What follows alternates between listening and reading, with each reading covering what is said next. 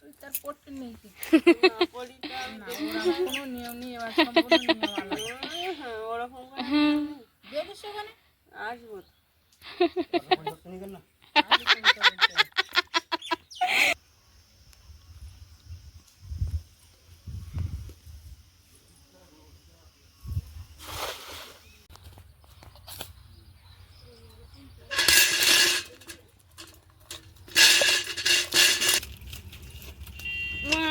চলে গেল।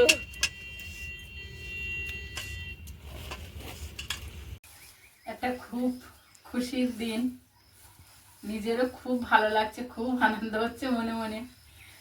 বাচ্চাদের নিয়ে অনেক দিন অনেক অনুষ্ঠান করি, কিন্তু নিজে হাতে করে বাচ্চাদের এত কিছু খাবার আমি দিতে পারিনি।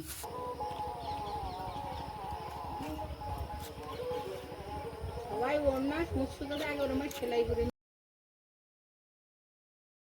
নমস্কার, আপনারা সকলে ভালো আছেন তো? সাথী বিপ্লব ব্লগের আরো একটা সম্পূর্ণ নতুন পর্বে নবাগত পুরাতন সকল দর্শক বন্ধুকে স্বাগত জানিয়ে সম্পূর্ণ একটা নতুন পর্ব শুরু করছি। আর এই সকালে সকলকে জানাই সুপ্রভাত। সম্পূর্ণ পর্বটি আপনার কথা স্কিপ না করে দেখতে থাকুন, আশা করব আপনাদের ভালো লাগবে। যে সকল দর্শক বন্ধু প্রথমবারের জন্য দেখছেন, যদি চ্যানেলটি ভালো লেগে থাকে একটু সাবস্ক্রাইব করার অনুরোধ রইল, লাইক কমেন্ট শেয়ার করে আমাদের পাশে থাকবেন। চলুন তাহলে পর্বটা শুরু করি।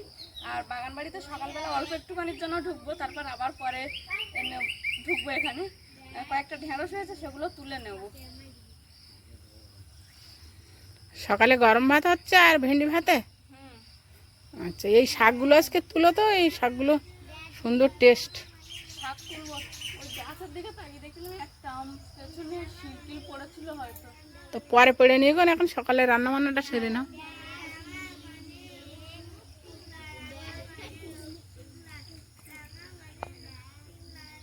এই উঠেছে আর নেই বলো মা?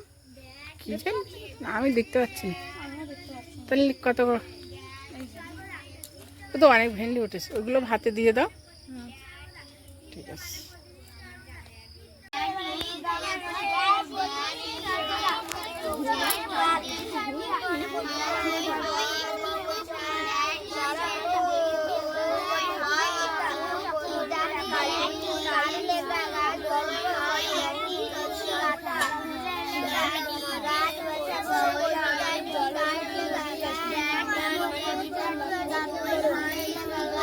দীপা, দীপা, তোমার মাথা অত নিচু কেন? অত গুড়ি মারি কেউ লিখতে পারে? ভালো করে লেখো।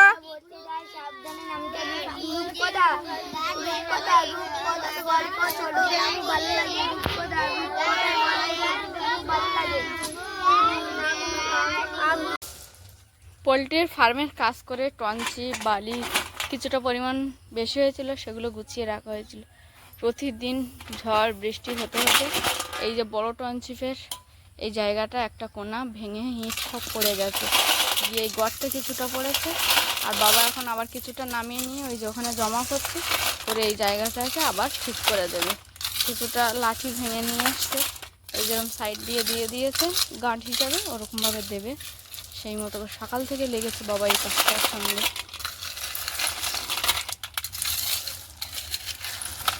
সকালে খাওয়া দাওয়ার পর মুরগিগুলো মা ঘরে ঢুকিয়ে দিচ্ছে। তার মধ্যে একটা মুরগি পাচ্ছি না, আম গাছতলার দিক খুঁজতে এসছি, দেখি একটা বড় আম পড়ে আছে। ও মা, এই যে একটা কিসের একটা ডিম পড়ে আছে, ডিম। এই যে একটা বড় পাকা আম, এ বাবা পাখিতে খেয়ে নিয়েছে, এমন ভাবে পড়ে আছে। একটা ছোট আম পড়েছে দেখছি।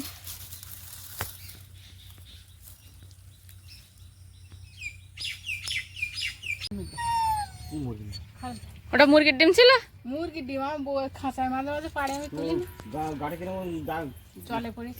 সকালে খাওয়া দাওয়া করে বাগানে এসছি শাক তুলতে। আর আজকে সুলতা দিদি এসছে বাগান থেকে শাক তুলে দিদি এখান থেকে বেঁচে বাড়ি নিয়ে যাবে। দিদি বাঁচছে আর আমরা তুলবো তুলছিলাম না। তারপর মা বললো না আজকে শাক তোলো, মাও হাতে হাতে লেগে পড়েছে শাক তোলার জন্য। মা গোড়া উঠকে নিচ্ছি তুলিতে আসলে তাই বৌনিকে শাকটা তুলছি। হ্যাঁ দিদি, আমি ওই শাকগুলো তুলিনি। শাক নিয়ে তুই বৌনিকে শাক তোলানি? বৌনুটি তুলেছি, কিন্তু ওই যে মাসির হাতে আছে না, ওই সবগুলো তুলি। আবার দিদি করেছে দিও? দিদি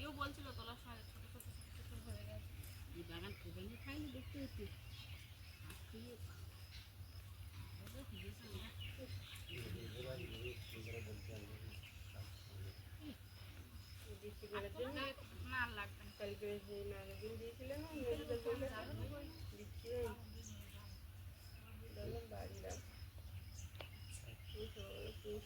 দুজন শাক তুলতে তুলতে আলোচনা করলাম যে বাগানে একটু লাফা হয়েছে, ধুদুল হয়েছে, ওইগুলো তুললে যায় গরমের সময় একটু শুক্তো খাওয়া যাবে। দেখি উচ্ছে যদি না হয় তাহলে উচ্ছে পাতা দিয়ে আজকে শুক্তো হবে।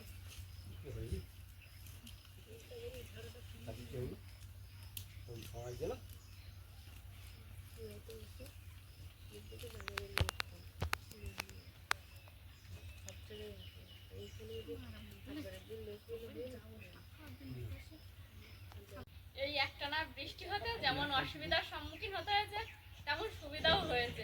বাগানের গাছগাছালিগুলো চেহারা ফিরেছে, সেই সঙ্গে পুরো বাগানটা সবুজে সবুজ হয়ে গেছে।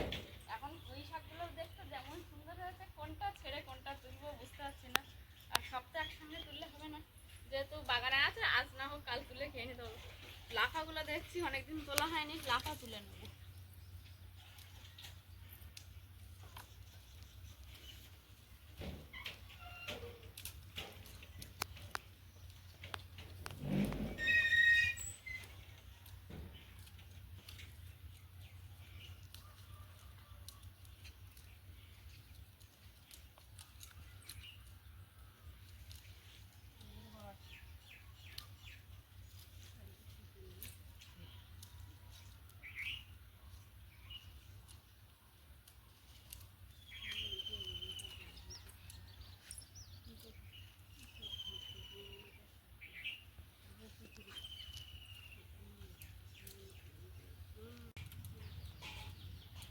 এত শাক হয়েছে বাগানে, ভাবিনি যে এতটা শাক হবে। দানা মা আর আমি দুজন মিলে ছড়িয়েছি, যেখানে যেমন মনে হয়েছে। তবে এই বাগানের শাকগুলো আর তেল শাক করে খাবো না, এগুলো ডাঁটা রেখে দেবো, ডাঁটা শাক হবে তখন খাবো। লাফা আমি একটা দুটো হচ্ছে বলে খেয়াল করে তুলিও নি, দেখছি ভেতর ভেতর বেশ অনেকগুলোই হয়েছে।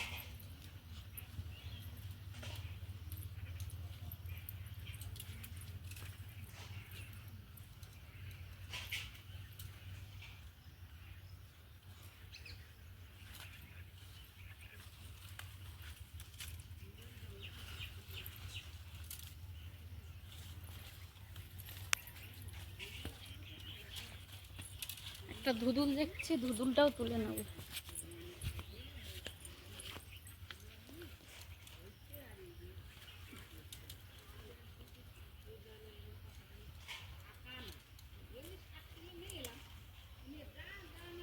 এই পুঁই শাকগুলো লাস্টে আমি মাদা কেটে দিয়েছিলাম, মা বলেছিল একটা একটা মাদায় 3টে করে দেবে, দিয়েছি। পুঁই শাকগুলো বৃষ্টির জল পেয়েছে, এত এত সুন্দর হয়েছে। এই যে দেখুন বেশ বড় বড় হয়েছে, একটু যদি চিংড়ি মাছ হয় তো আবার জমে যাবে পুঁই শাক। এখন দেখি এখানে উচ্ছে দেখবো, উচ্ছে গাছের গোড়ায়ও এত শাক বার হয়েছে, উচ্ছে দেখা যাচ্ছে না।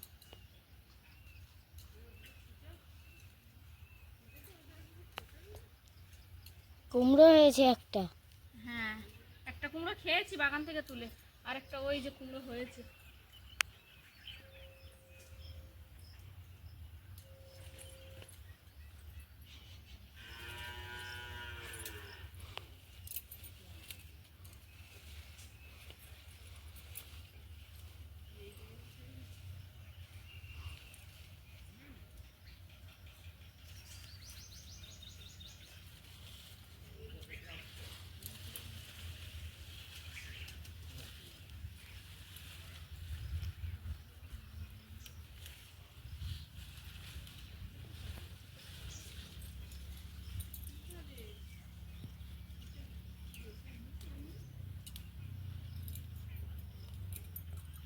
উচ্চ হয়েছে কয়েকটা তুলে নিচ্ছি ছোট ছোট। মা বললো একটু বড় হয়ে গেলে নাকি আবার পোকা লেগে যাচ্ছে।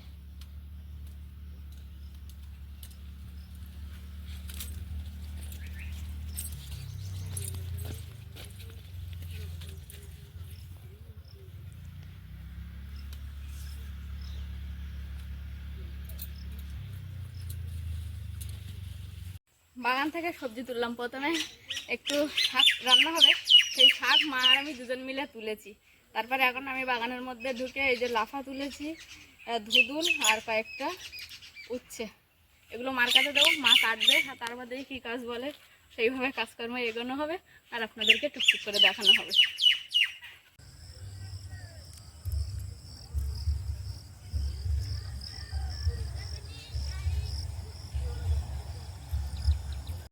তার পড়তে নেই কি না, ওরা কোনো নিয়ম নেই, এবার সম্পূর্ণ নিয়ম আলাদা। ওরকম দেখিস ওখানে আসবো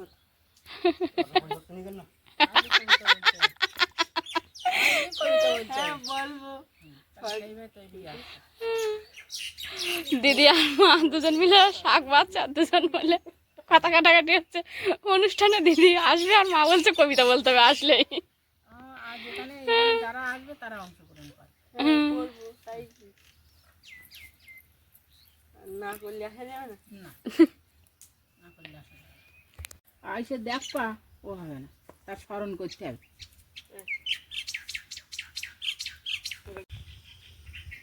অনেকদিন পুকুরে ছোট জালটা আমি ফেলি না, ভাই সবসময় বড় জাল ফেলে, তাই আজকে একটু শাক তোলা হয়েছে, ভাবলাম দেখি পুকুরে ছোট জালটা ফেলে যদি একটু চিংড়ি মাছ পড়ে।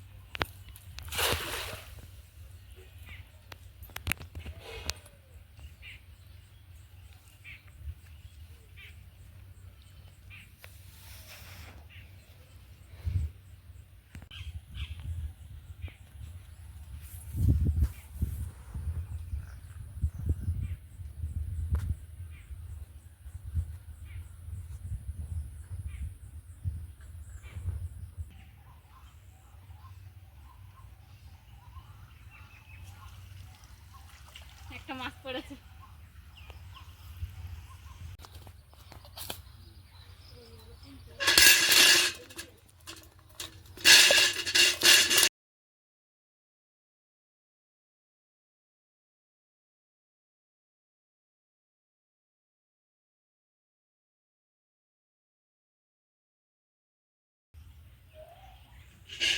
আমাদের বাড়ির পাশের বাড়ি একটা জেরিতে বাড়ি কি কি একটা গাছ উঠেছে। বড় পুকুরে জাল ফেলেছিলাম, তেমন কিছু পাইনি, তারপর ভাবলাম যে ছোটো পুকুরটাতে কিছু চিংড়ি মাছ ছাড়া হয়েছিল, ওই পুকুরে যখন ছেঁচানো হয়েছিল সেই সঙ্গে মৌরাল্লা মাছ একটা খেমন দিলাম, পুরো জাল ভর্তি উঠেছে।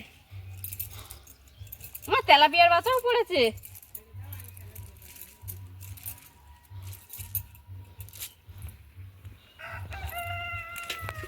বেশি বড় হয়নি, ছোট। হ্যাঁ, মৌরাল্লা মাছগুলো দেখ কেমন বড় হয়েছে, ওগুলো তো ছোটো ছোটোই ছেড়েছিলাম এগুলো।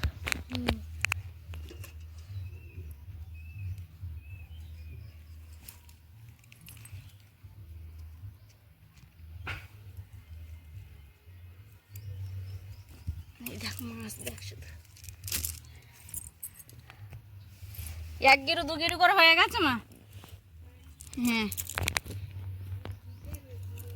হ্যাঁ, খাবার দেবো, বাড়ির অনুষ্ঠানটা মিটে যাক, গেলে খাবার দেবো।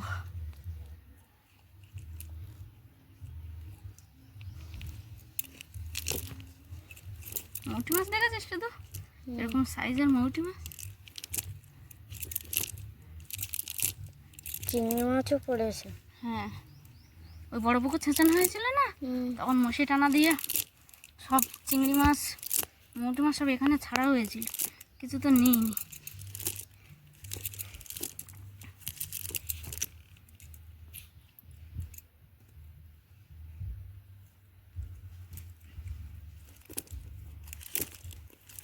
এই দেখ শুধু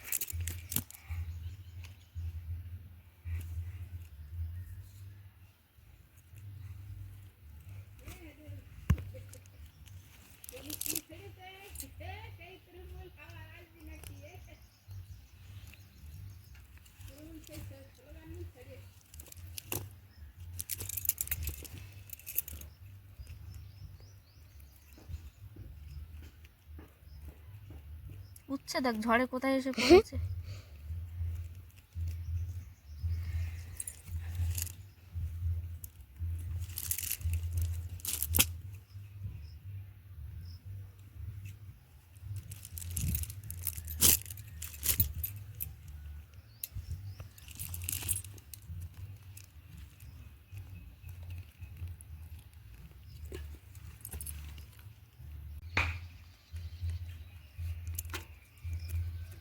অনেকদিন পর আজকের আমি নিজে পুকুরে জাল ফেলেছিলাম, তবে যে পুকুরটা সবসময় ব্যবহার করি সেই পুকুরে তেমন বিশেষ কোনো মাছ পড়েনি। আর যে পুকুরে অল্প কিছু মৌরালা মাছ, পুঁটি মাছ ছাড়া ছিল, সেই পুকুরটায় বেশ ভালো মাছ পড়েছে। এখন সেই মাছগুলো ঢেলে আপনাদেরকে দেখাবো। এই মৌরালা মাছ চলে গেল।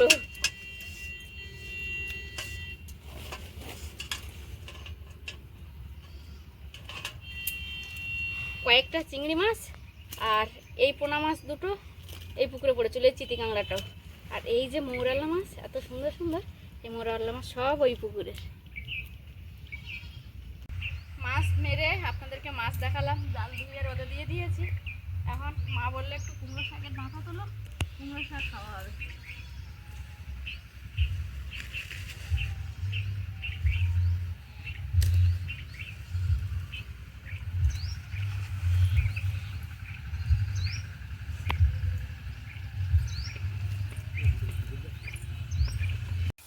একটা খুব খুশির দিন, নিজেরও খুব ভালো লাগছে, খুব আনন্দ হচ্ছে মনে মনে। বাচ্চাদের নিয়ে অনেক দিন অনেক অনুষ্ঠান করি, কিন্তু নিজে হাতে করে বাচ্চাদের এত কিছু খাবার আমি দিতে পারিনি, এই জন্য খুব আনন্দ হচ্ছে মনে মনে।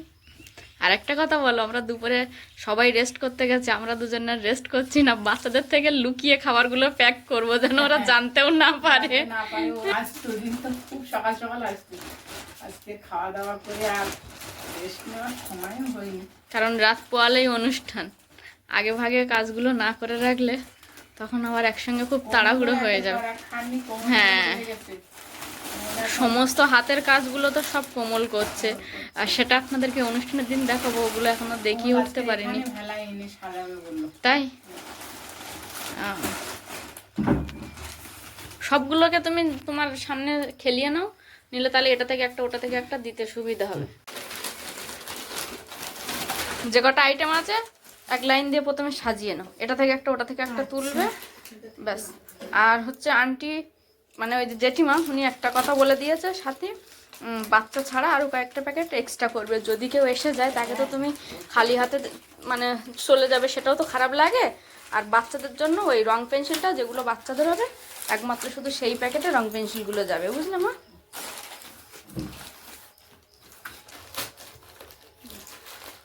এটা একটা ওটা একটা, ওটা প্লাস্টিকে এইভাবে রেখে দাও, দিয়ে তুমি এবার যে কেরিটাতে যেটা প্যাক করবে না ঢেলে ঢেলে নেবে, তাও হয়।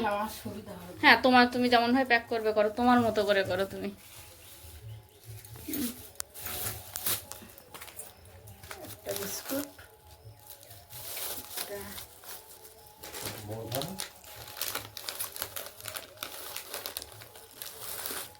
চিপসটা খোলো নি মা,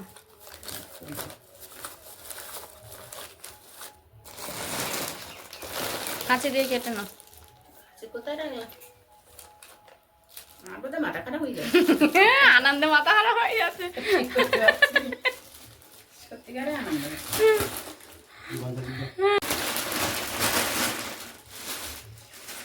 মনে হচ্ছে একটু ছোট আনা ছিল তো, ওই হ্যাঁ স্বাধীনতা দিবসে টিফিন দিয়েছিলাম সেইটা।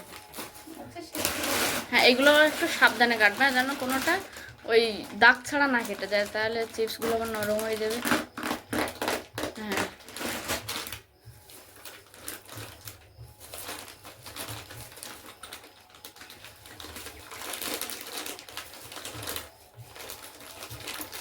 আমি একটা কথা বলবো মা, এই প্যাকেটগুলোতে সব প্যাকেট করো, ঠিক আছে?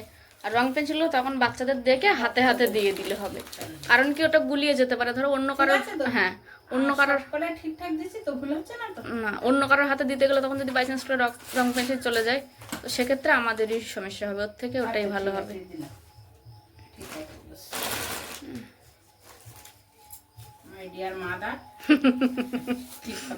তুমি তো আজকে আনন্দে ইংলিশে বলছো।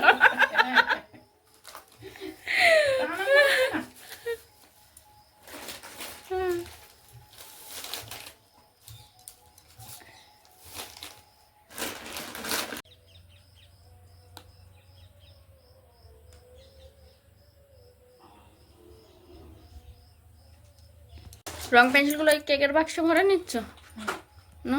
ওইগুলো হাতে হাতে দিয়ে দেবো। হ্যাঁ হয়ে যাবে, হ্যাঁ অনেকটা জায়গা আছে বক্সের মধ্যে। আর দেখতে দেখতে গিফটগুলো প্যাক করা কমপ্লিট হয়ে গেছে। সাথে বাবা আর আমি একটু মার হাতে হাতে হেল্প করে দিয়েছি, যার কারণে অনেকটা তাড়াতাড়ি প্যাক করা হয়েছে।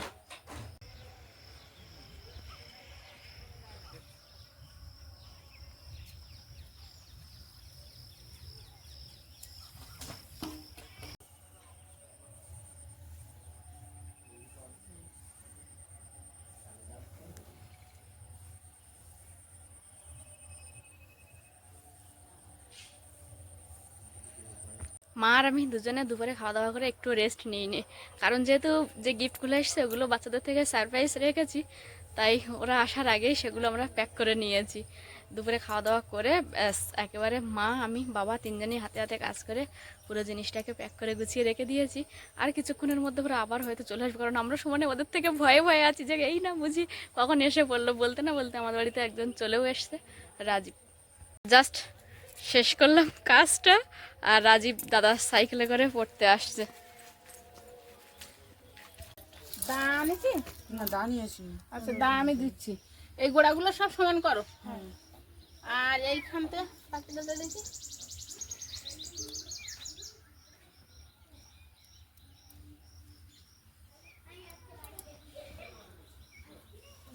অনুষ্ঠানের প্রস্তুতি অনেক দিন ধরেই চলছে। মেন ভূমিকায় আছে কমল, তারপর আছে তনু। দুজনে মিলে এখন গজিউ লেকের একটা সিন করা হবে, যেটার একটা ভেলার প্রয়োজন আছে। সেই ভেলাটা এখন এরা দুজনে মিলে বানাবে, আর সেটাই মা দেখিয়ে দিয়ে যাচ্ছে। ঠিক আছে।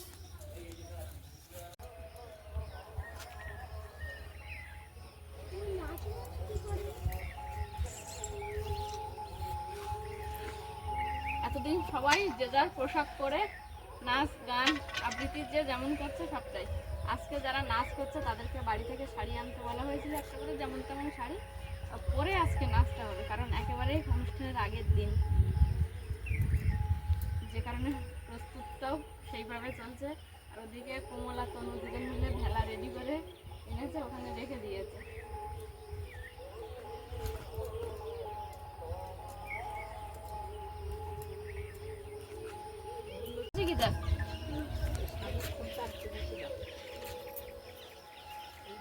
সোনালি পায় বাঁধবেন। এবার একটা বাঘ বসে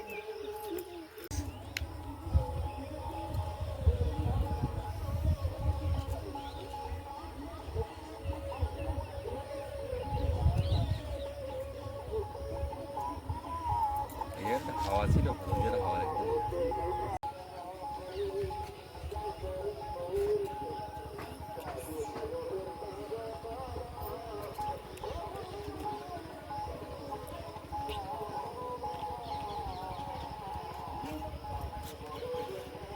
সবাই ওড়না মুখশো করে আগে ওরমা সেলাই করে জন্য আমার তরফ থেকে আমি সোনালির পায়ে একটা ঘাগর বেঁধে দিচ্ছি। রাত পোয়ালেই অনুষ্ঠান, বিভিন্ন ধরনের প্রস্তুতি চলছে। সেই সঙ্গে এখন হঠাৎ আমি বাজারে বেরোচ্ছি, মা ওদেরকে নিয়ে প্র্যাকটিস করাবে কিছু সাদা গোদা জিনিসপত্র যেগুলো খুবই প্রয়োজন, সেফটি বিন, ক্লিপ, সোলজার যে ক্লিপ, এগুলো আমি কিনতে যাচ্ছি এখন বাজারে। তো চলুন সকালে মিলে একসঙ্গে বাজারে যাই।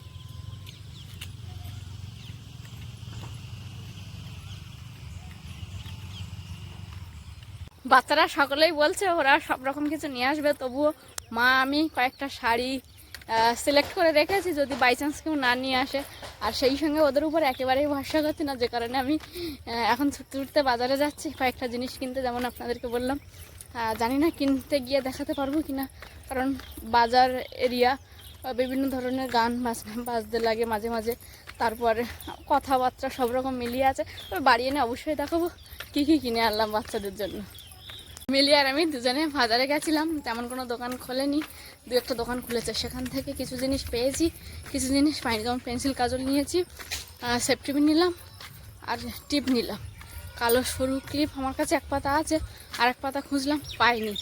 আর মিলি আর আমি দুজন মিলে এই যে দুটো আইসক্রিম কিনেছিলাম, দুজন খেতে খেতে যাচ্ছিলাম। আমারটা কখন খাওয়া হয়ে গেছে, মিলির এখনও খাওয়া হয়নি। বলছি দে, আমি খেয়ে তোকে এগিয়ে দিই, তাও দেয় না আমার হাতে মিলি। আজকে সারা দিনের কাজকর্ম, সেই সঙ্গে রাত পোয়ালেই বাড়িতে অনুষ্ঠান, তার একটা আনন্দও আছে, সেই সঙ্গে সঙ্গে কিছু কাজের তাড়াহুড়ো, সব রকম মিলিয়ে মিশিয়ে। আর আমাদের প্রিয় জেঠিমা যে বাচ্চাদের উপহারগুলো পাঠিয়েছিল সেগুলোও প্যাক করলাম তাদেরকে অনুষ্ঠান শেষে দেওয়ার জন্য। নানান ধরনের কাজকর্ম করলাম, সবটাই তো আপনাদেরকে দেখালাম। আপাতত আজকের মতো বিদায় নিচ্ছি, দেখা হচ্ছে আগামীকাল ভারতীয় সময় বেলা 1টা। ততক্ষণের জন্য আপনারা সকলে ভালো থাকুন, সুস্থ থাকুন, নিজেদের সকলের প্রতি খেয়াল রাখুন। আর আপনারা এতক্ষণ ছিলেন সাথী বিপ্লব ব্লগের সঙ্গে। সাথী বিপ্লব ব্লগের সঙ্গে থাকার জন্য আপনাদেরকে জানাই অনেক অনেক ধন্যবাদ। আর সবসময় আমি যে কথাগুলো বলে থাকি, আমার সকল বয়োজ্যেষ্ঠদেরকে জানাই অনেক অনেক প্রণাম, সমবয়সীদেরকে জানাই ভালোবাসা, ছোটদেরকে জানাই আদর ও স্নেহ। আরও একটা কথা যেটা আমি বলে থাকি, সাথী বিপ্লব ব্লগের সঙ্গে সদা সর্বদা জুড়ে থাকবেন। নমস্কার, আজ তাহলে আসি।